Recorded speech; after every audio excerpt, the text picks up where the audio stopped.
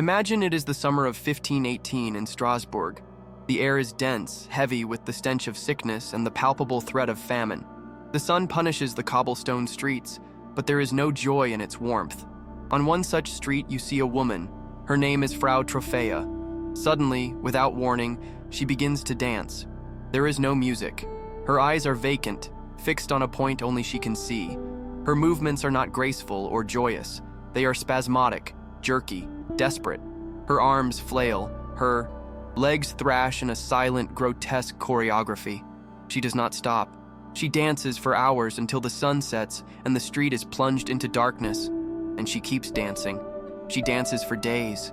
What would you think? That she is a madwoman? A woman possessed by a demon? And what would you do when, a few days later, your neighbors, one by one, began to join her in that silent, endless dance? This was not a celebration. It was an epidemic. A plague not transmitted by a cough or a touch, but by sight. A disease that attacked the will and turned the body into a prison in motion. To understand how an entire city could literally dance itself to death, we must first comprehend the world of fear and despair its inhabitants lived in. Strasbourg in 1518 was a city on the brink of collapse. Part of the Holy Roman Empire, it was suffering a perfect storm of calamities. Terrible harvests had led to widespread famine. People were starving to death in the streets. Diseases like smallpox, syphilis, and leprosy ran rampant, with no cure or explanation. To make matters worse, religious instability was at its peak. It had been only a year since Martin Luther had nailed his 95 Theses, challenging the power of the church and sowing doubt and fervor in the hearts of the people. In this world, superstition was the science of daily life. Unexplained suffering was not a coincidence, but proof of a divine curse, like that of the dreaded Saint Vitus.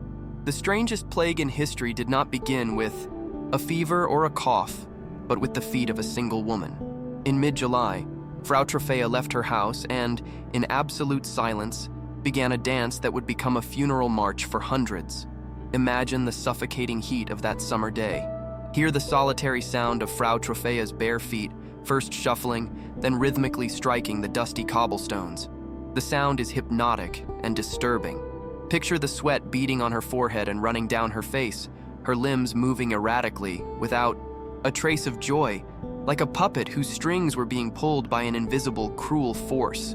Around her, neighbors watch. Their gazes are a mixture of confusion, pity, and a dawning fear. At first, they whisper among themselves, but no one dares to intervene. How does one react to such a sight? Historical records, meticulously noted by the city's chroniclers, detail how she danced incessantly for nearly a week. Her desperate husband pleaded with her to stop. The authorities tried to restrain her by force, but she resisted with a supernatural energy. Her dance was not an act of will, but a torturous compulsion. The agony was visible on her face. Her feet, after a few days, were swollen and bloodied. Her body trembled from extreme exhaustion, yet she kept moving, unable to stop. The city's initial reaction was not collective panic, but perplexity. This was seen as a personal problem, an isolated affliction. Perhaps it was divine punishment for a secret sin. Perhaps a demon had seized her soul, or perhaps she had simply lost her mind to hunger and misery. No one in their worst nightmares could conceive that this was contagious. No one could imagine they were witnessing the first symptom of a plague that would soon consume the city. And at the center of it all was Frau Trophäa's pure terror. Imagine for a moment her agony. Her mind perhaps remained lucid, a terrified prisoner inside her own body, watching helplessly as her muscles betrayed her. She was a prison of flesh and bone, forced to perform a macabre horror show for a growing audience, a torture in which the executioner and the victim were one and the same. Within a week, Frau Trophäa's solitary dance ceased to be a strange curiosity and became a collective nightmare. As if an invisible virus had been released into the air, dozens of people, upon seeing her, felt compelled to join her macabre dance. Imagine the change in the city's soundscape. The solitary tapping of one pair of feet multiplies. First, 30, then 50. Within a month, there are 400. The air is no longer silent. It is filled with the chaotic thunder of hundreds of feet striking the ground out of sync. But there is no laughter or singing. There are only groans of pain, screams choked by exhaustion, and the weeping of those who cannot stop. The sight is surreal. A crowd convulsing in the public squares, eyes glazed over, clothes in tatters, completely oblivious to the world around them. This is a terrifying example of what we now know as mass psychogenic illness or collective hysteria. In a population subjected to extreme and prolonged stress, famine, disease, fear of eternal damnation, the mind becomes fragile. The brain, in a desperate attempt to process unbearable trauma, can trigger real physical symptoms. Seeing others in a trance-like state, moving uncontrollably, acted as the psychological trigger. The compulsion spread like fire through dry straw, from one vulnerable mind to the next. The diagnosis of the city authorities was surprising and ultimately fatal.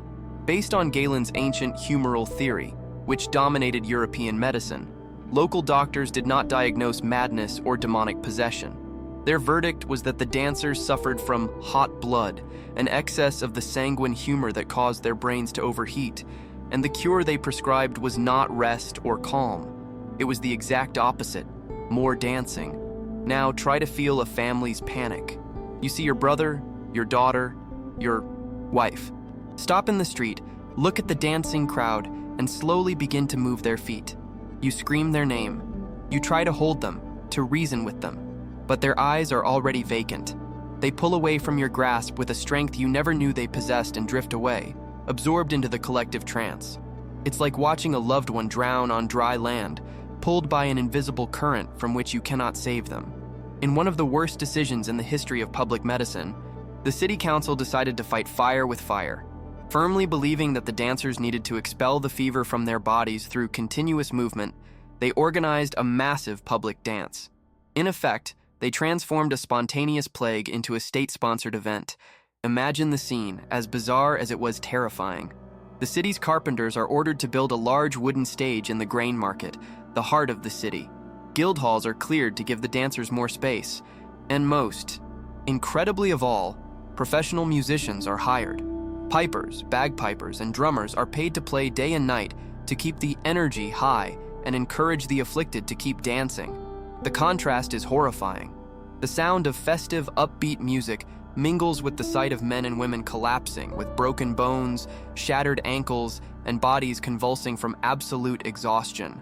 This cure had the diametrically opposite effect to what was intended. It pushed bodies already at the limit of their endurance far beyond what was bearable. The incessant music and the organized space for dancing only served to accelerate the disaster. People began to die in droves. Chronicles speak of sudden heart attacks, strokes, and slow death from dehydration and exhaustion under the relentless summer sun. They were, literally, dancing themselves to death. This official intervention, far from curing, likely legitimized and amplified the hysteria. By treating the dance as a real medical event that needed to be publicly managed, the authorities validated the phenomenon in the eyes of the populace. They gave it a structure, a stage, a soundtrack. This may have reinforced the subconscious belief in the plague, causing more psychologically vulnerable people to succumb to it. The attempt to control unleashed chaos. Put yourself for a moment in the mind of one of the city councilmen. Feel his absolute desperation as he watches his people die from a disease no one understands. Feel the twisted logic, born of panic, that led them to believe such a brutal cure could work. And now feel the growing horror as they realize their mistake. As they watch the bodies fall, they realize they are not curing anyone. They are presiding over a massacre, signing their own citizens' death warrants with every drumbeat. When the medical cure failed so spectacularly and lethally, the city, consumed by panic, abandoned the science of the day and turned to the only authority it had left, the church. The dance was no longer a disease of the blood.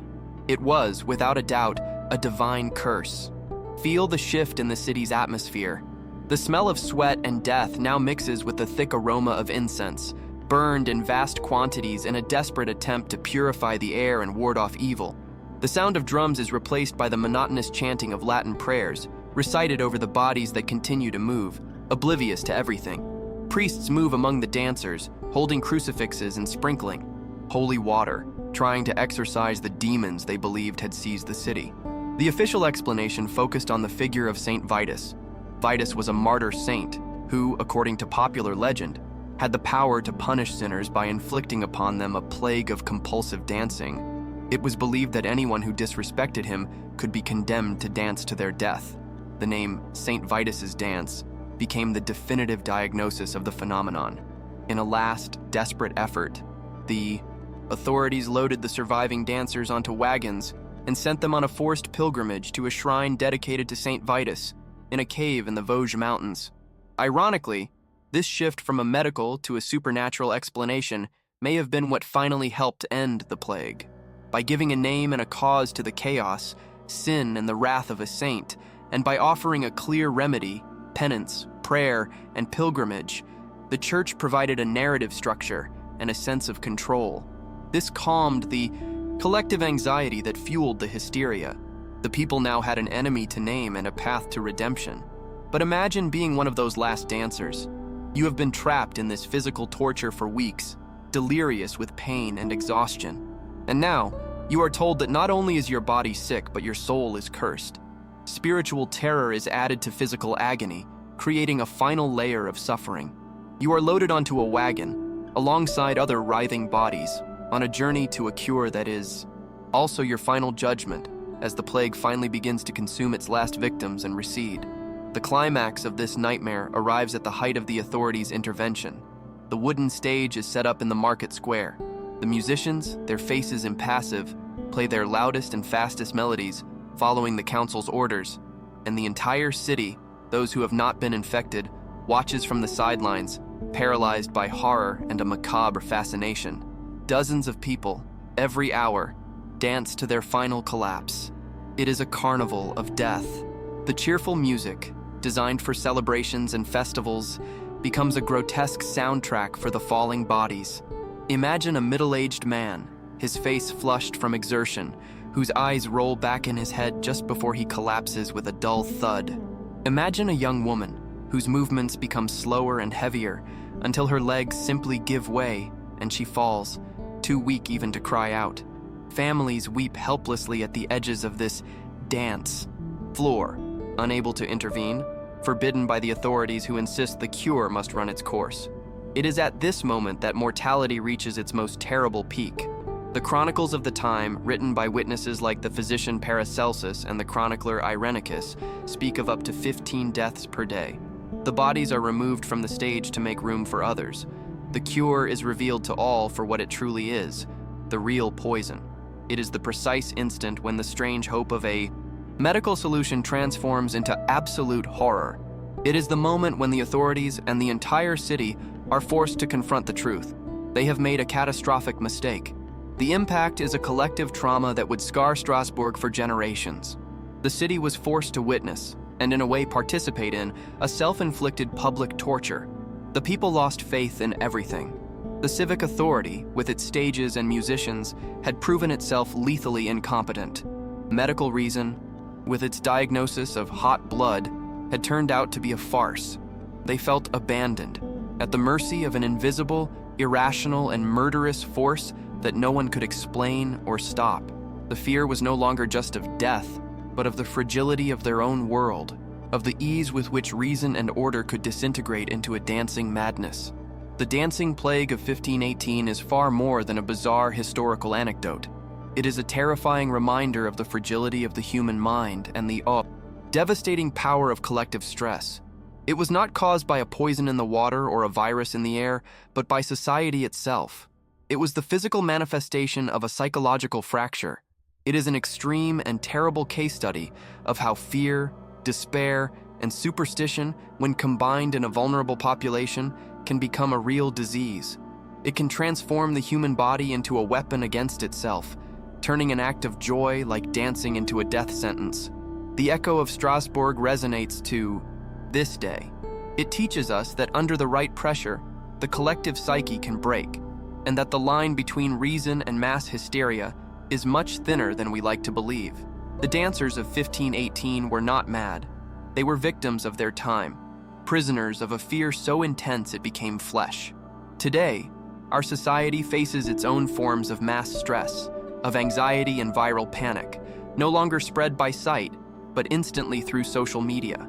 The dancing plague shows us that collective hysteria is not just an abstract concept from the past. What do you think the dancing plague of the 21st century would be? Leave your theory in the comments.